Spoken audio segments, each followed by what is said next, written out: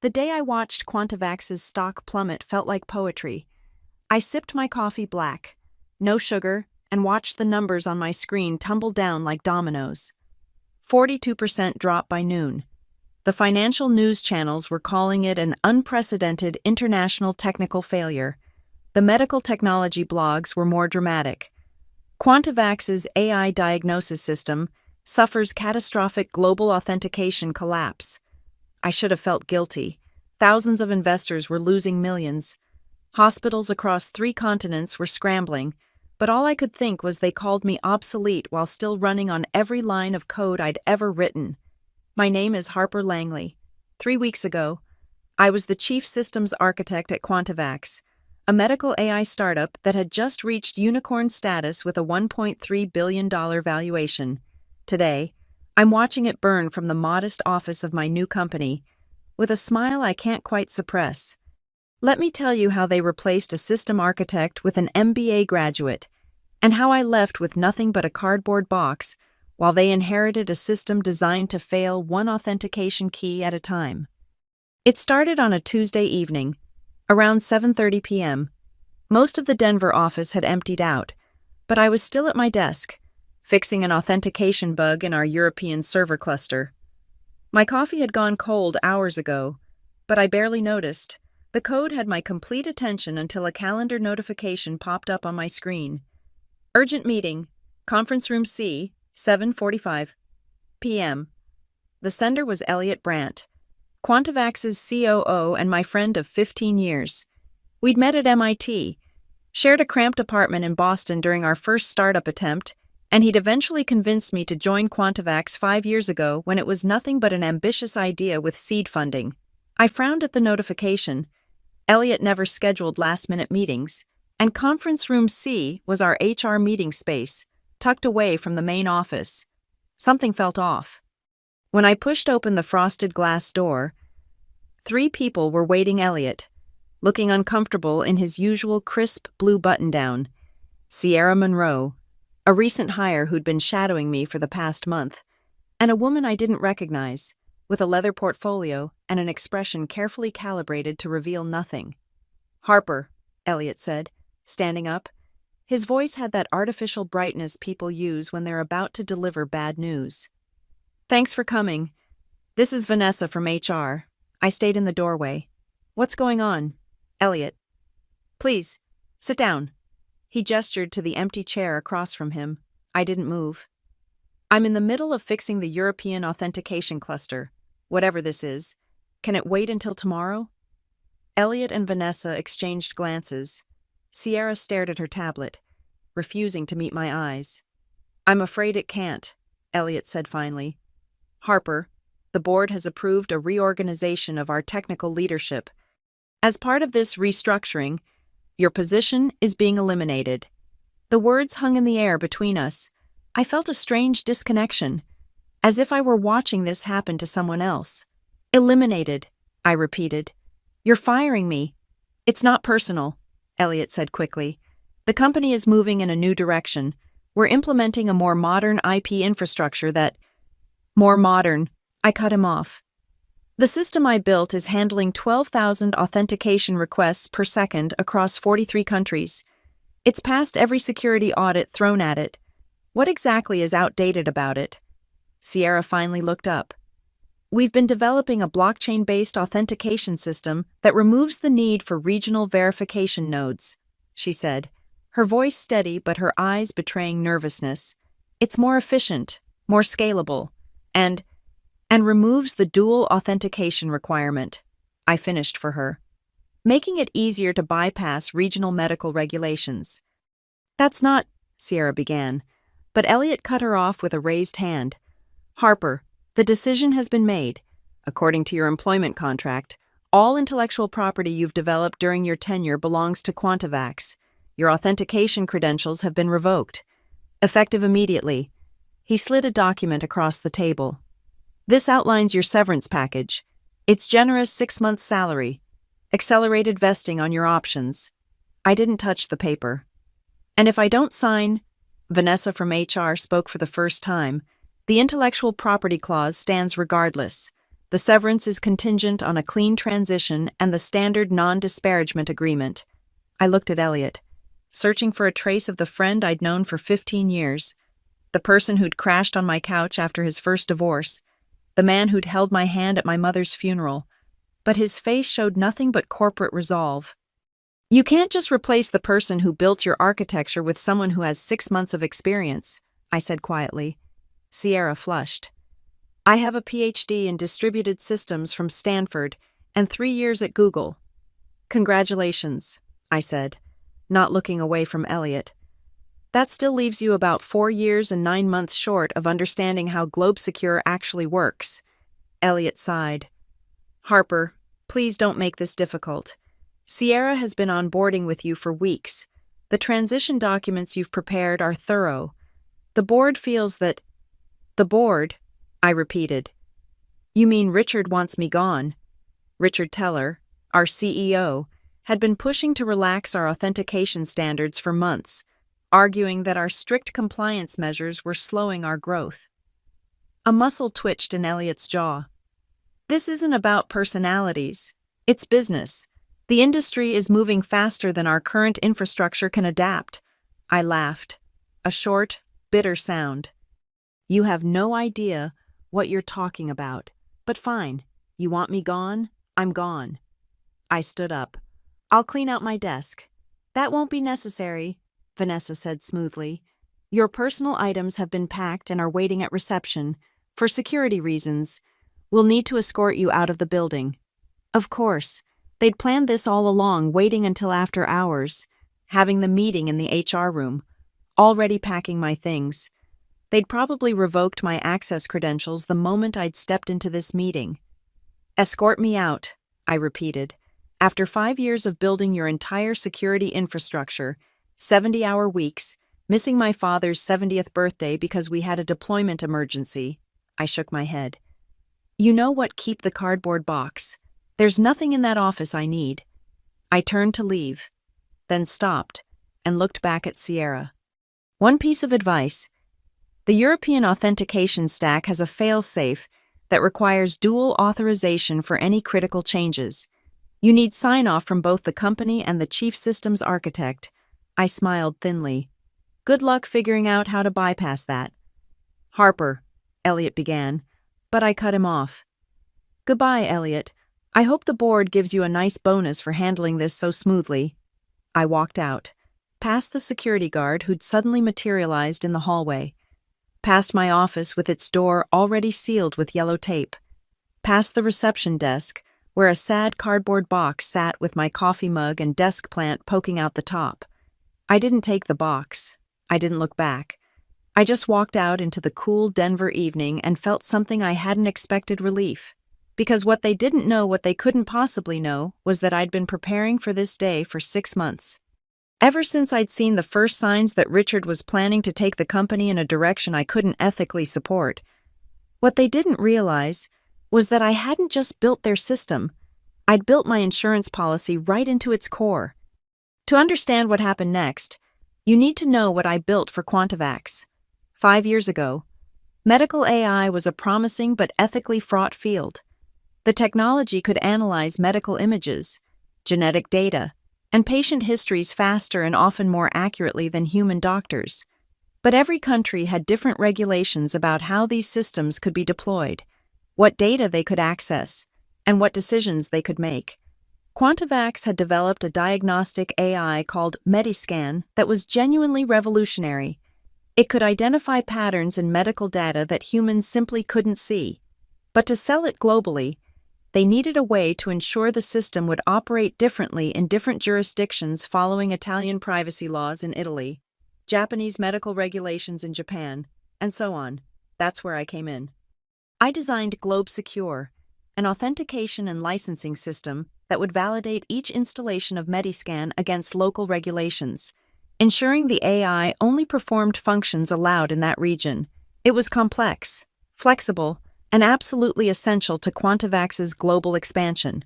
The system had 2 key features that would later prove crucial. First, it required dual authentication for any critical changes. Both Quantivacs, represented by the CEO or his delegates, and the chief systems architect me had to approve any fundamental changes to the authentication protocols. This was partly a security measure, and partly an ethical safeguard. No single person could unilaterally alter how the system operated globally. Second, I'd built a separate backup verification system that ran on servers I personally paid for. This wasn't unusual in critical systems design, having an independent backup that couldn't be compromised even if the main system was hacked. The board had approved this structure years ago, though I doubt they fully understood its implications. 6 months before my firing, Richard had asked me to sign an updated employment contract. The new terms were subtle but significant. They would have eliminated the dual authentication requirement and given the company sole control over all aspects of Globe Secure. I pretended to sign it, but I made 2 critical changes. They never noticed I maintained my authentication authority for international markets, and I added a trigger condition if I was ever removed from the system. It wasn't revenge I was planning, it was protection for patients, for medical standards, for the ethical boundaries I believed were non-negotiable. The night I was fired, I went home to my apartment in downtown Denver and opened my laptop. I connected to my private backup server and activated a single line of code, a dead man's switch I'd built years ago but hoped I'd never need to use. The code didn't shut anything down immediately. That would have been too obvious, too easily traced back to me. Instead, it introduced a subtle authentication lag that would gradually affect Quantivacs's international installations. European systems would start experiencing random verification failures. Asian deployments would encounter inexplicable delays. South American hospitals would find their Mediscan systems occasionally refusing to launch. Not enough to endanger patients I'd built in safeguards to ensure critical diagnoses would never be interrupted, but enough to create a persistent, maddening pattern of failures that would be nearly impossible to trace or fix without my help. I closed my laptop and poured myself a glass of whiskey. I wasn't celebrating. I was mourning 5 years of work that would now be systematically dismantled not by me, but by the company's own hubris. 3 days after my firing, the first reports of authentication problems appeared on medical technology forums. A hospital in Barcelona reported that their Mediscan system had failed to authenticate for 6 minutes before mysteriously coming back online. A clinic in Seoul experienced similar issues the next day. By the end of the week, Quantivacs had acknowledged a minor authentication issue affecting a small percentage of international deployments, and promised a patch within days. I knew no patch was coming. Sierra might be brilliant, but she didn't understand the fundamental architecture of Globe Secure. She'd been shadowing me for barely a month, focusing primarily on our newer blockchain implementation, not the core system that kept everything running. On day 10, my phone rang with Elliot's number. I let it go to voicemail. He called again immediately, and again. On the 4th call, I picked up. "What do you want?" "Elliot." "Harper." His voice was strained. "We need to talk. We're having some issues with the European authentication cluster. I heard. Sounds like Sierra's having trouble with that dual authentication protocol I mentioned." "This isn't funny." "Harper, hospitals are experiencing outages. Patient care could be affected." "Is patient care being affected?" I asked, knowing it wasn't. My failsafe ensured critical functions would always work. A pause. "No, not yet, but the system instability is increasing. The Barcelona node was down for 22 minutes yesterday." I said. "Have you tried turning it off and on again?" "God damn it. Harper." Elliot's composure finally cracked. "This is serious. Whatever you did." "I didn't do anything, Elliot. I was fired. Remember, my credentials were revoked. How could I possibly affect a system I no longer have access to?" Another pause. "We'd like to bring you in as a consultant to help resolve these issues." "A consultant," I repeated. "What's the rate?" $5,000 a day, he said immediately. "Plus a non-disclosure agreement, of course," I laughed. "Not interested." $10,000, he countered. "Harper, please, the board is breathing down my neck. Richard is talking about potential liability if hospitals start canceling their contracts. Richard should have thought about that before deciding I was obsolete." "This isn't about you and Richard," Elliot said, desperation edging into his voice. "No, it's about ethics," I replied. "It's about building a system that respects medical regulations across different countries. Instead of trying to bypass them for faster growth, it's about not replacing the person who designed your entire architecture because they won't compromise on patient safety." Harper. "Goodbye, Elliot. Good luck with your authentication issues." I hung up and blocked his number. The next day, I received an email from Quantavax's legal department, hinting at potential litigation if it was discovered I had sabotaged their systems. I didn't respond. They had no proof, and frankly, I hadn't done anything illegal. I'd simply designed a system that required my ongoing authentication, a security feature the board had approved years ago. 2 weeks after my firing, Quantavax issued a press release announcing they were temporarily rolling back recent upgrades to address stability issues in international markets. Their stock dipped 8% that day. I knew what was happening behind the scenes. They were desperately trying to revert to an older version of Globe Secure, before Sierra's modifications, but those older versions still required my authentication signature for international deployments. They were trapped in a system I'd designed to be unhackable even by me. Meanwhile, I wasn't sitting idle. The day after my firing, I'd contacted 3 people: Marco Fields, a brilliant security engineer who'd left Quantavax 6 months earlier after clashing with Richard; Dr. Lila Rhodes, our former medical ethics advisor who'd been sidelined when she raised concerns about privacy; and Grace Chen, my executive assistant who'd been let go the same day I was. We met at a small coffee shop in Boulder, away from Denver's tech scene, where we might be recognized. I explained what had happened and what I believed was coming. Richard was planning to relax the authentication standards to accelerate Quantavax's expansion, potentially compromising patient safety and medical regulations. "So what are we going to do about it?" Marco asked, his fingers tapping restlessly on the table. "We're going to build something better," I said.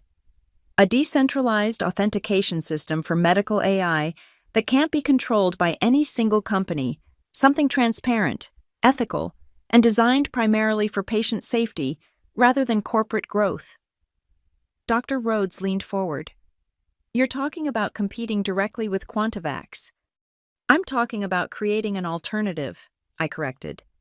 "One that puts medical ethics first." "You know they'll sue you," Grace said quietly. "Your non-compete alone is unenforceable in Colorado if it prevents me from practicing my profession," I finished. "I've already consulted a lawyer. As long as we don't use any specific code I wrote for Quantavax, we're in the clear." "And the funding?" Marco asked. "Building something like this won't be cheap." I smiled. "I've been approached by 3 venture capital firms in the last year, all trying to poach me from Quantavax. One of them specifically mentioned being interested if I ever wanted to start my own company." "And you think they'll back you now, after Quantavax fires you?" "They will when they see what we're building," I said confidently, "and when they see who's joining our team." The 4 of us spent the next week outlining our vision for what would become Len Ethics, a portmanteau of my last name and ethics. Our platform would focus on creating a decentralized authentication system for medical AI that put control in the hands of healthcare providers rather than tech companies while we worked. Quantavax's problems continued to mount. Authentication failures were now affecting hospitals across Europe, Asia, and South America. Their stock had fallen 23% from its peak. Industry blogs were speculating about fundamental flaws in their architecture. On day 17 after my firing, I received another email, this time from Richard Teller himself. From Richard, Teller, Quantavax, com, to Harper, langley@gmail.com. Subject: urgent resolution needed. Harper, I hope this email finds you well. I understand there may have been some miscommunication regarding your departure from Quantavax. The board and I have reconsidered our restructuring plans and would like to discuss your potential return to the company in a senior advisory capacity. As you may be aware, we're experiencing some technical challenges with the Globe Secure system that would benefit from your expertise. We're prepared to offer a substantial compensation package and full creative control over the authentication architecture moving forward. Could we meet to discuss this opportunity at your earliest convenience? Best regards, Richard Teller, CEO, Quantavax Inc. I forwarded the email to my new team with a single comment. Desperate much. Marco replied first. Full creative control. Iorgas. Please fix our system, then we'll fire you again. Dr. Rhodes was more measured. This could be an opportunity to ensure patient safety while we build our alternative. Grace simply wrote, "Don't trust him." I didn't respond to Richard's email. Instead, I focused on our pitch to Helix Ventures, the VC firm that had been most persistent in recruiting me away from Quantavax. Our meeting with them was scheduled for day 21 after my firing the same day Quantavax's stock would plummet 42%, following what the press was now calling a catastrophic authentication collapse. The Helix Ventures office occupied the top floor of a gleaming downtown tower. Floor-to-ceiling windows offered panoramic views of the Rocky Mountains. Sarah Kaplan, their managing partner, greeted us in the reception area. "Harper," she said, shaking my hand firmly. "I've been hoping to have this meeting for years, though not under these circumstances." "Sometimes it takes a push to make the right move," I replied. She led us to a conference room where 2 other partners waited. After introductions, I connected my laptop to the projector and pulled up our presentation. "LAN Ethics," I began, "is designing a new paradigm for medical AI authentication. The current model, exemplified by companies like Quantavax, centralizes control in corporate hands. We're proposing a decentralized approach that distributes authority among medical institutions themselves." For the next hour, we outlined our vision. Marco explained the technical architecture. Dr. Rhodes detailed the ethical framework and regulatory advantages. Grace presented our go-to-market strategy, focusing on the European hospitals already experiencing problems with Quantavax.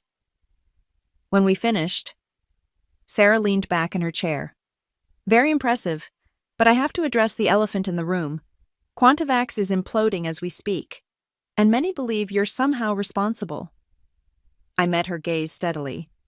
"I designed their authentication system with safeguards that require dual approval for critical changes both from the company and from the chief systems architect. When they fired me, they lost half of that authentication pair. Their current problems stem from attempting to bypass those safeguards rather than understanding them. So you didn't sabotage their system. I built their system exactly as it was approved by their board with dual authentication requirements that I repeatedly documented. If that's sabotage, then every bank that requires 2 signatures on large withdrawals is also guilty." Sarah exchanged glances with her partners. "And if we fund LAN Ethics, what prevents the same thing from happening to us?" "Our entire architecture is different," Marco jumped in. "The authentication is decentralized among the medical institutions themselves. No single entity, not even us, can unilaterally control or disable the system. Transparency is built into every level," Dr. Rhodes added. "All authentication protocols are open source and independently auditable." Sarah nodded slowly. "You're essentially creating the anti-Quantavax." "We're creating what Quantavax should have been," I corrected. "A medical AI platform that prioritizes patient safety and regulatory compliance over growth at any cost." The meeting concluded with handshakes and promises of follow-up discussions.